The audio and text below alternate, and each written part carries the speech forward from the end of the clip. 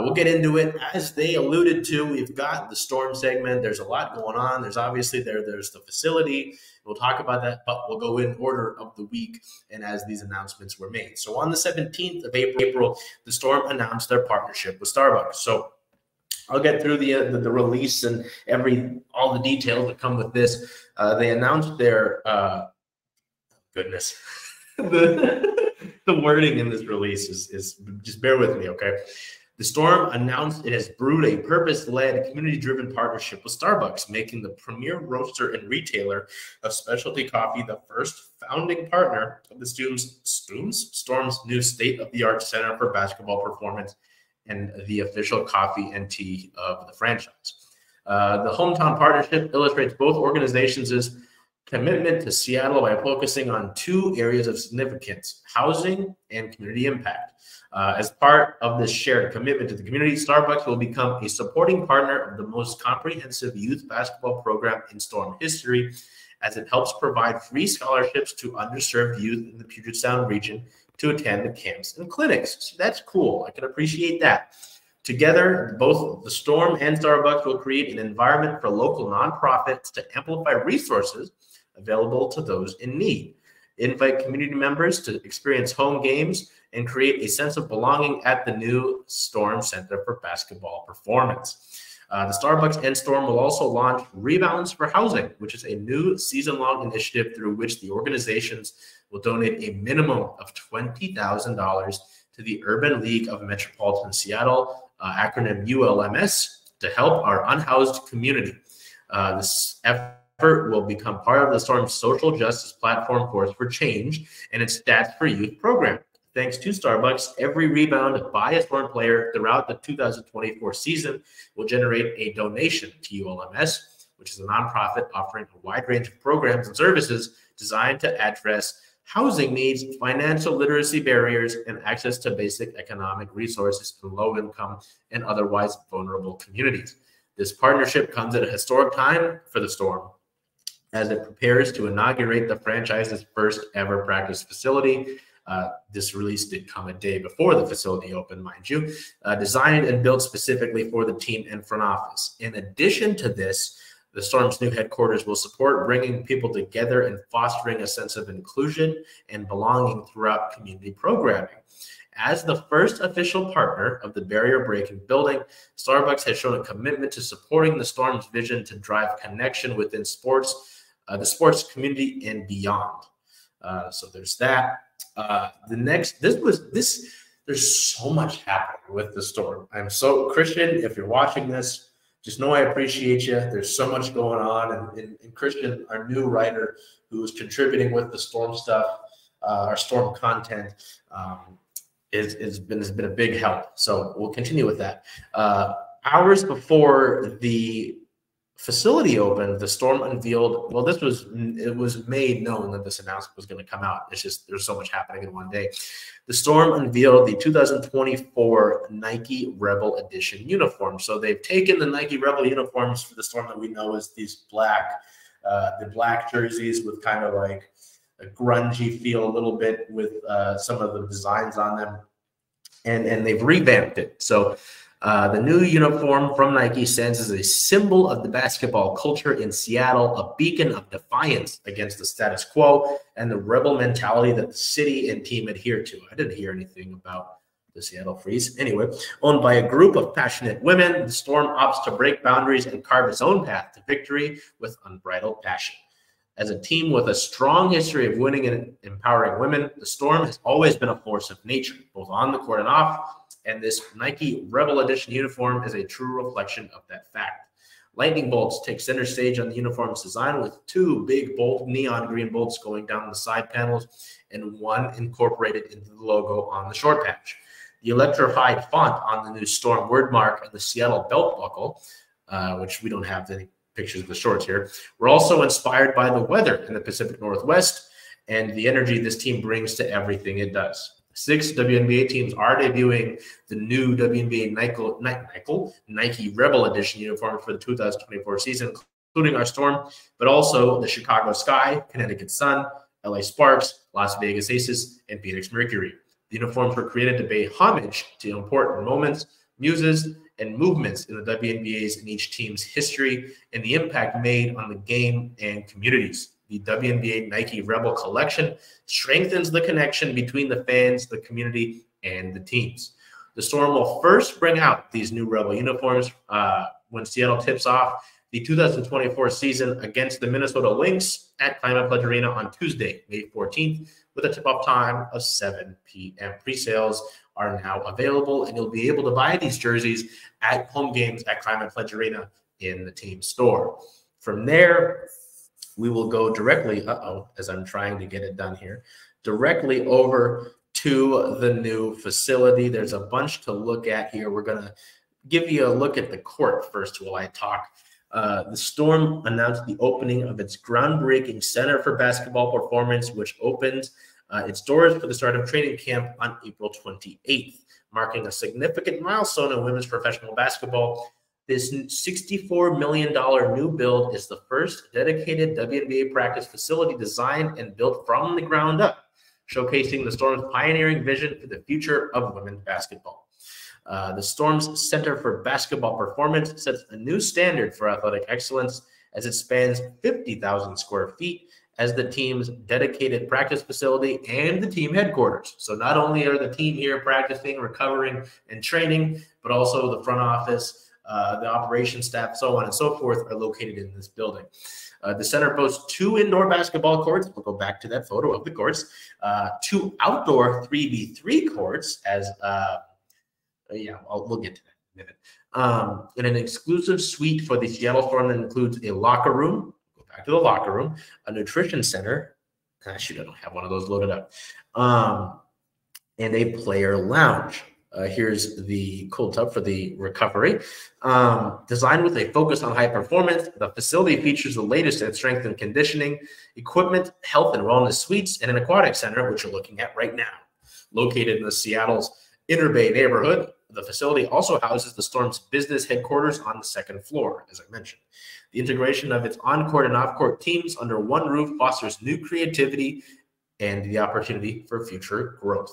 Beyond serving the needs of professional athletes, the Center for Basketball Performance will also be the home for a comprehensive youth basketball program, optimizing the new facility to inspire and nurture the next generation of basketball talent, as mentioned in that press release from Starbucks. So, obviously I mentioned the Starbucks partnership, but the Storm welcomed Starbucks and Providence Swedish as founding partners of its facility. There was the news about Starbucks, obviously. So the Starbucks products will be served in the staff and player cafes, along with brand integration in those spaces. As the Storm's official healthcare partner since 2016, this is a continuation of the franchise's existing partnership with Providence Swedish. The medical team will continue to deliver comprehensive medical care and sports medicine services for those elite athletes. State-of-the-art sports medicine care will be provided at that practice facility, as well for game coverage, training, and injury management. Both partnerships will feature brand inclusion on the practice court surface, basket stanchion pads, see if you can see them in there, not so much. And they will support the Storm's community youth basketball initiatives. Before I continue, there's more than this. There's more news from the Storm than just this. I will say, as someone who got to experience the facility, take a look at it firsthand, hear from co-owners Lisa Brummel and Ginny Gilder, who we'll hear from here in a second, it was pretty ridiculous, just ridiculous in a good way as well. To go through, you saw the stairs where that court is. That's the championship court from Key Arena that they sanded down and repainted the new logo over. There's the shoe wall above it with each sneaker that tells a different story. Seeing the aquatic center, seeing the recovery center that will always have staff on hand for the players. Seeing the locker room with has input from the players into it, whether it's the chair size or how much room they need in the locker. The courts were the crown jewel, and I think they're meant, and I don't mean that to be a pun because of Jewel Lloyd. Hi, Jewel.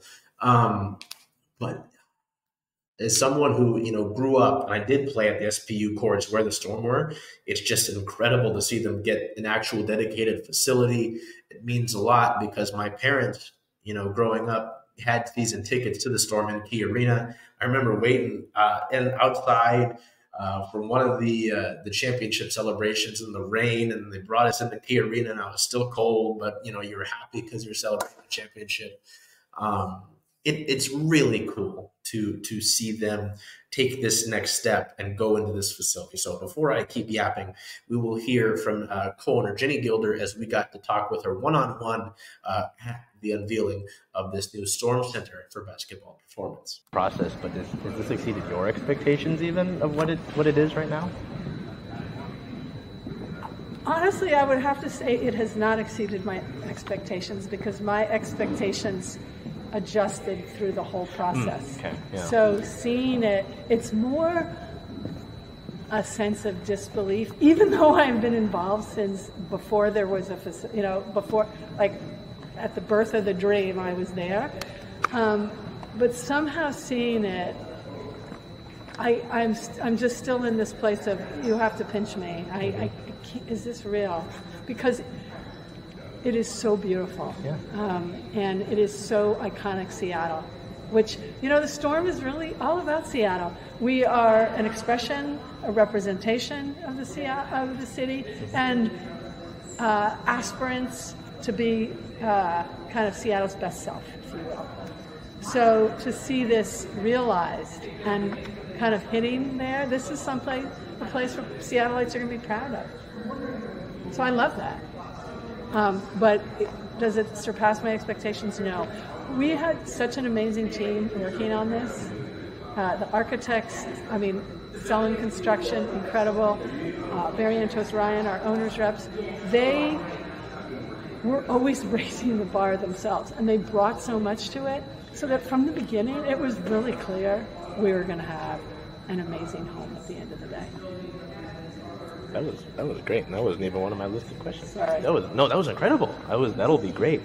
To continue with that, during a lot of change in the WNBA, players are choosing organizations that really do put them first, right?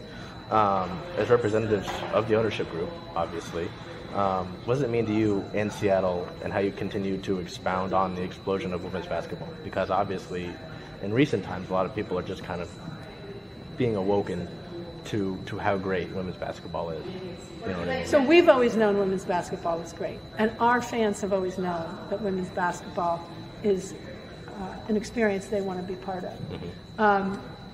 So for us, it's gratifying what's happening, and we designed and built this building, this center, intentionally to forward the dialogue, if you will, and raise the expectation of what girls and women deserve when it comes to facilities for athletes.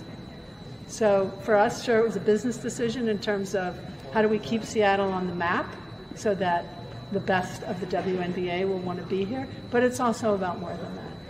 It's just the long trajectory of generating access to opportunity for girls and women through the vehicle of sports. Before any of the big off-season moves were made, obviously, with NECA and Skylar, and the draft was pretty exciting for numerous reasons. Obviously, Jewel was priority number one for all intents and purposes.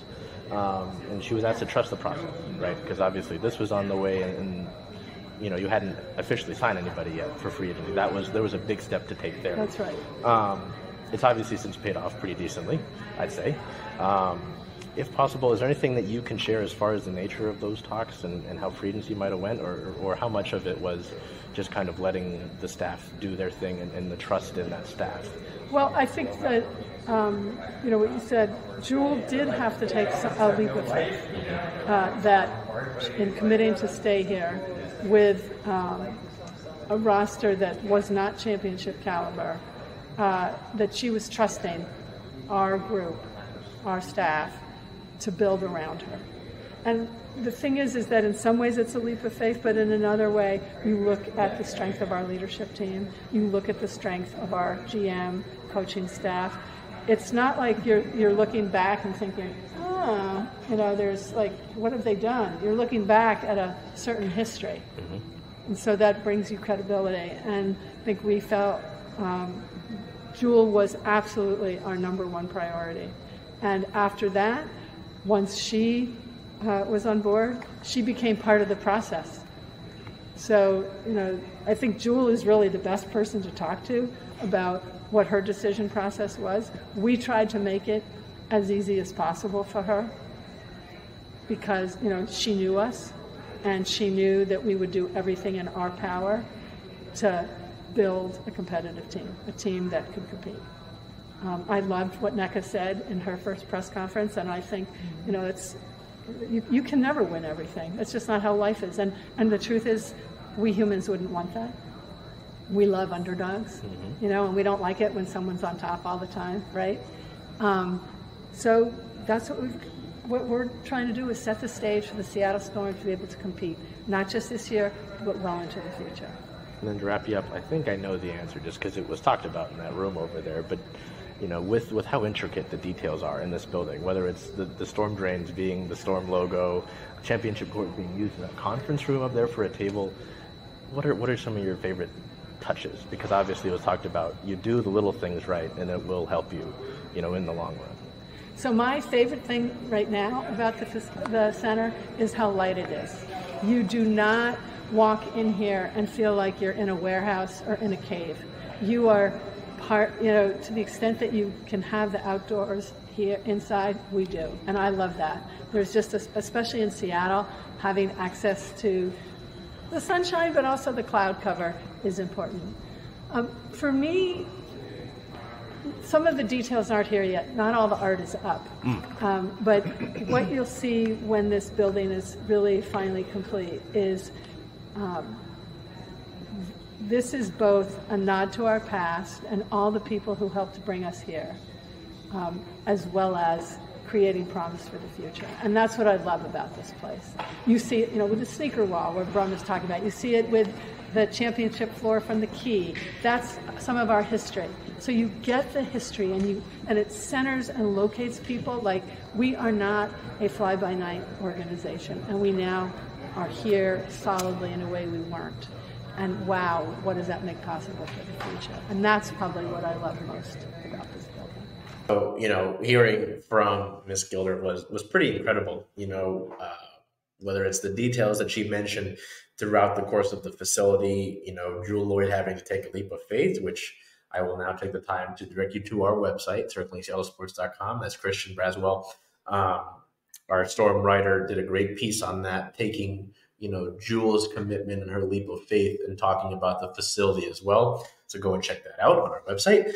But just hearing about it, you know, and hearing from someone who was part of the process for this facility, part of the process to, you know, not only bring those 4 championships previously to this franchise, but to bring in Nneka Ogwumike and Skylar Diggins-Smith this offseason. So pretty remarkable. We will continue with the news. We have a slight piece of news here. On the 19th, the WNBA announced a date change for the 2024 Canada game. The preseason contest between the Sparks, Los Angeles Sparks, and our Seattle Storm was originally scheduled for May 5th at the Rogers Place in Edmonton, Alberta, Canada.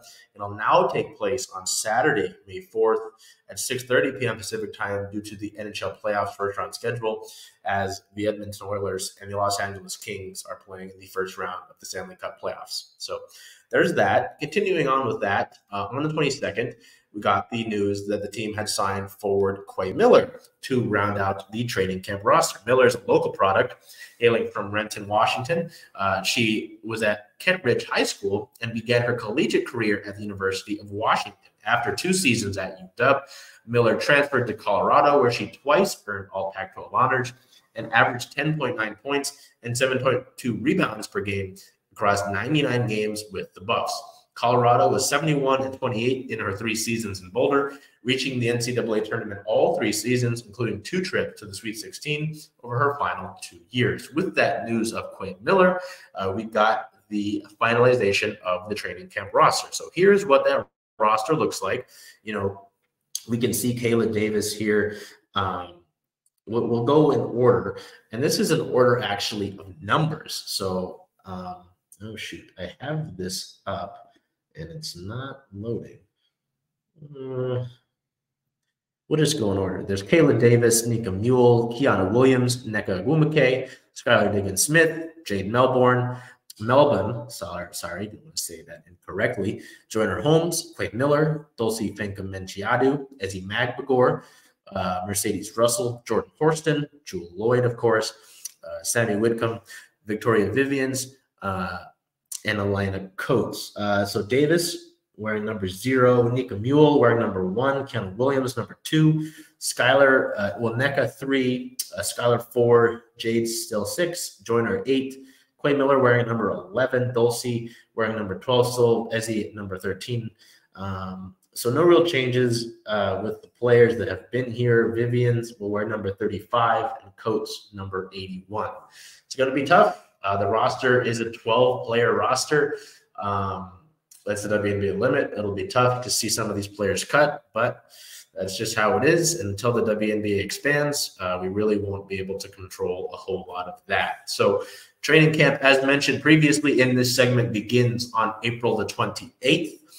Those preseason games, as I mentioned, that Edmonton one, that WNBA Canada game versus the Los Angeles Sparks on Saturday, May 4th. Then the second and only preseason game at home for the Storm is Tuesday, May 7th versus Phoenix here at Climate Pledge. Hey, Charles. Hey, Jen. Hey, were you going to watch the Seattle Storm away games this year? Away games. Well, Rough and Tumble is the home of Circling Seattle Sports, so I was thinking of coming here if that's okay with you. I think that makes a lot of sense. See you all here.